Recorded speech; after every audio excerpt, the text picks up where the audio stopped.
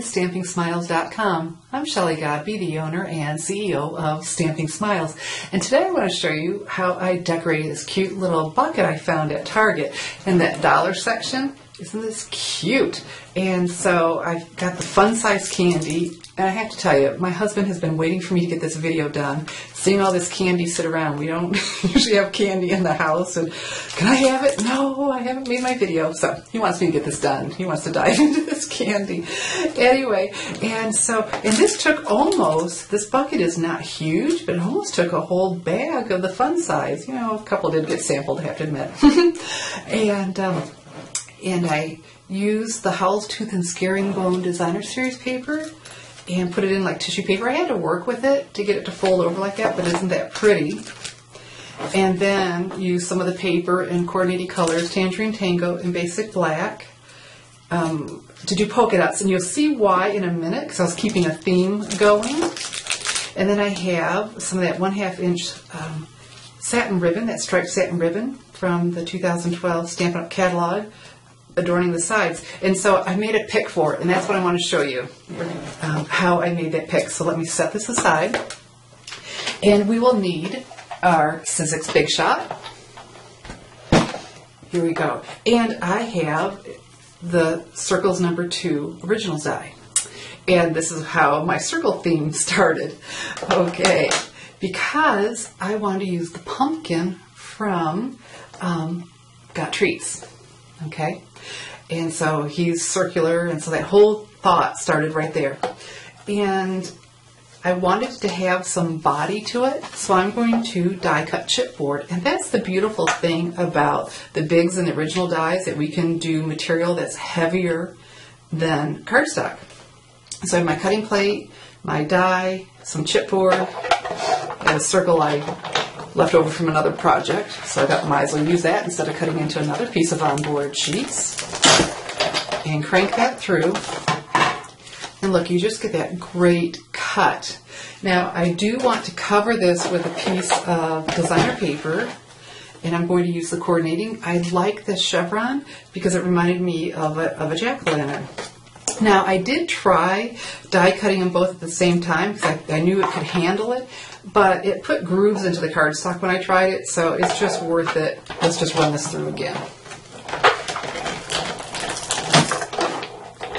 Okay, and so why not go ahead and die cut it, because you have the perfect size. You know, don't put it on, try cutting around, sanding it down. Don't mess with all that. You've got it all set. Okay, so let's set aside the Big Shot and go ahead and the Anywhere glue stick. These are great, very, very nice adhesive. Anything I've used with them, nothing has curled up on them. They're inexpensive, so we might not think they're that great, but they are. The thing is, you do want to get adhesive everywhere. You know, if I don't want the edge coming up, I need to take the glue all the way out to the edge. And then we stick this on. And I've even found out if I get glue where I don't want it, after it dries, I can get it off with that, with the eraser. Love this thing. Love, love, love. Okay. The adhesive remover. There we go. The name escaped me for a moment. Without eraser. I've got erasers on my mind for another project. Okay, and so we glue that down, and it doesn't take very long at all. And then I went ahead and die cut with chipboard the next size circles. This is 2.5. This, let's not trust my memory, is 2, and then 1.5. Okay, and I glued those together, and look how they stick. Nothing is going to come apart. That I won't be able to get that apart without tearing something. So we'll go ahead and use the glue stick again. And get that everywhere. Okay. And just get that centered on there. I really liked building them up. I did this and then had our pumpkin layered, but everything was flat, and it just got better and better the more I built it up. So let's go ahead and do our pumpkin. So we need the Got Treats pumpkin stamp. And I have my stamping markers and colors that will coordinate with the Howl's Tooth and Scaring Bone Designer Series paper. And some very vanilla cardstock. And of course I want my stamping mat. I really, really like my stamping mat underneath me when I'm stamping the solid images or detail images. And so we're going to color the pumpkin. I do not want the got treats. That wasn't going to allow me to fit it inside the circle and keep it so circular-like. So we'll just get rid of that. This will just be a little bucket to have around where people can help themselves to the Halloween candy. Okay, and so then I have Lucky Limeade. You know, this is one of the end colors, and I am so going to miss it when they take this away. Okay, and then just a little bit of brown. You know, it's getting to be harvest time. Maybe it's not, you know, you don't have to, but just add a little bit for me. Just a little bit of interest. And so it's been drying while I've been coloring, so I'm going to huff on it